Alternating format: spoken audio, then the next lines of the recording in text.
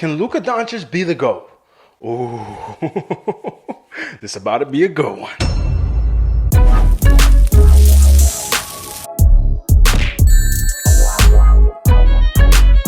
The greatest of all time conversation is one as old as time itself.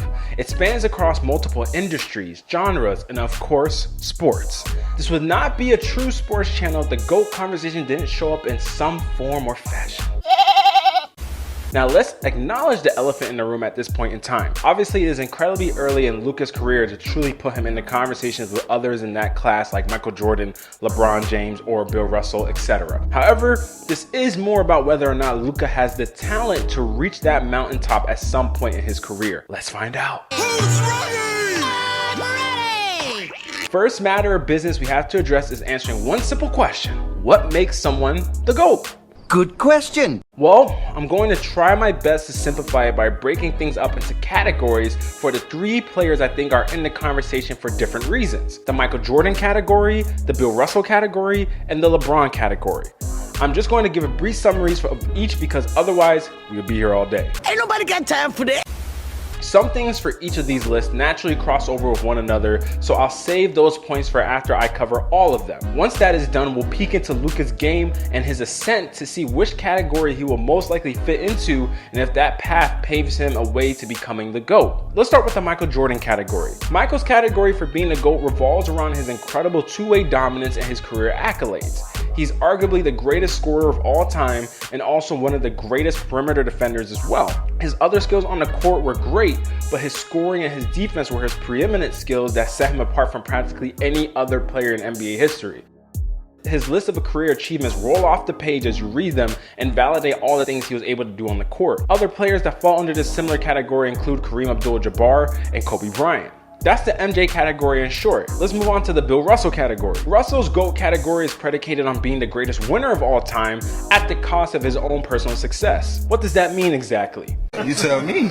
In Russell's 13 seasons, he led the Boston Celtics to 11 total championships during his tenure. He is historically remembered for his overwhelming ring count and being arguably the greatest defender of all time. His career naturally draws comparisons to his peer from the same era, Wilt Chamberlain, due to Wilt's statistical dominance. While Wilt's individual numbers are impressive, Russell's team approach led to more success. He often does not get credit for his offensive skills due to many who focus on points, but Russell's passing ability led to him being a key part of the Celtics offense and optimizing his teammates' skills. His success with the Celtics is one mark in NBA history that would never be replicated in today's age. Another star that falls into this category would be Tim Duncan. Now for the final category, the LeBron category. His GOAT category is based on his all-around statistical dominance and exceptional floor-raising ability. He is one of the best, if not the best player at doing the most with the least. One of the greatest examples of this in his career was the Cleveland Cavaliers' 2007 NBA Finals run. Other than LeBron, there was not a single All-Star on that team. Despite that fact, a 22-year-old LeBron led them to a Finals appearance. This encapsulates his floor-raising ability.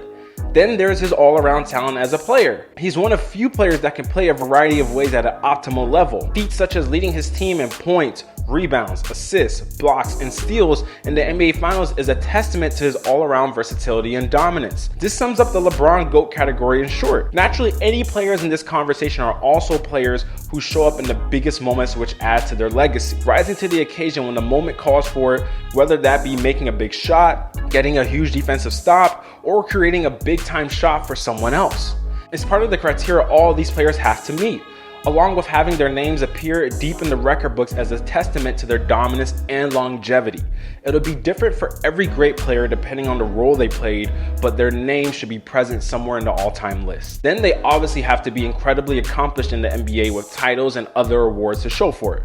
Make sense? Oh yeah. Now the time has come to determine which category Luka Doncic fits best under. He is already one of the top players in the NBA at the age of 22 in large part due to his play style and team impact. Outside of his rookie season, Luka has been top 10 in the NBA in all of the following categories: points per game, assists per game, player efficiency rating, free throws made and attempted, and value over replacement. Luka can impose his will in practically every facet of the game outside of the defensive end. This reality is why he's able to bounce between being a point forward or the point guard for the Mavericks.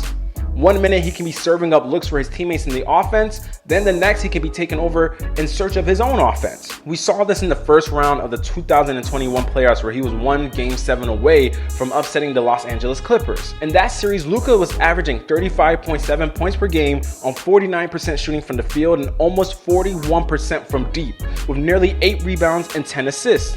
He's led the Mavericks to the NBA playoffs 2 straight seasons behind his individual greatness at a very young age. His current trajectory has drawn multiple comparisons to a young LeBron James at the same age. It makes sense as Luka is one of the best floor raisers in the game and has proven he can nearly will his teams to win. While he obviously does not impact the game defensively in a similar manner to LeBron, he impacts the game in a comparable manner offensively. LeBron's PER in his first 3 seasons was 24.2 in comparison to Luka's 24. They both create a large portion of their teammates' shot attempts when they are on the floor. So far for Luka's career, he assists on 40% of the Mavericks' field goals while he's on the floor. In LeBron's first 3 seasons, he assisted on 31% of the Cavaliers' field goals while he was on the floor. LeBron has even spoken about how he sees himself in Luka as well and how comparable their games are. Luka is one of my favorite players in the NBA today. From the simple fact of the way I play the game is exactly how I love the way he plays the game. Team first, gets his guys involved. If you challenge me to score, I'm going to score. And at the same time, I'm going to score. And also, at the same time, I'm going to keep my guys involved. He's right about that too. No shit, Sherlock. Although they do still share some distinct differences. Luka does not share LeBron's otherworldly athleticism, which dampens the hopes that he will eventually become a viable defensive option. Most of the players in the GOAT conversation were also exceptional defenders. If that end of the floor does not develop to be at least above average, Luka will have to reach peak offensive production to overshadow his defensive deficiencies. Steph Curry is a great example of this. Everyone knows he's serviceable on the defensive end. However, his offensive impact is game-breaking. Luka will also have to couple that production with substantial accomplishments. Most players in the GOAT conversation have impeccable career resumes that Luka would have to match or exceed. His resume would need to make up for the shortfalls he has as an individual player if he is going to have a legitimate claim. Would that take 5, 6, or 7 rings? 5 or 6 MVPs with a historic amount of all NBA teams? Honestly, yes. It would probably take a resume of that caliber for him to one day be in that conversation and be actually considered that. Can I get an amen? If it was easy, everyone would do it. Speaking from a standpoint of probabilities, it's unlikely. To amass those type of accolades and accomplishments, it requires an exceptional degree of durability and also great teammates that help him reach the mountaintop, as well as his own production on top of that. However, the talent and skill set is there, but it will have to continue to keep growing. At the end of the day, with him being most suitable for the LeBron category, we just have to ask one question. Do you think Luka Doncic will have a better career than LeBron James? Give me your answer down in the comment section below. All right, guys, thanks for watching this video. Of course, like I said, drop your comments down below. Let me know what your answer is to the final question of the video. And of course, leave a like on the video. I appreciate all your support. It helps with the algorithm and all that, as well as make sure you guys go ahead and subscribe to the channel. I would always appreciate you all making sure you go ahead and subscribe and become a part of the family over here. And of course, go ahead and guys, follow me on my social medias. I'm gonna have those linked down in the description, as well as included here in the, you're gonna see it here in the edit, whatever, however I put in here. And of course, guys, until next time. Oh, I almost forgot. Don't forget to subscribe to the KBR Sports Podcast, guys. I almost forgot that one. But guys, until next time, I'm out. Thanks for watching.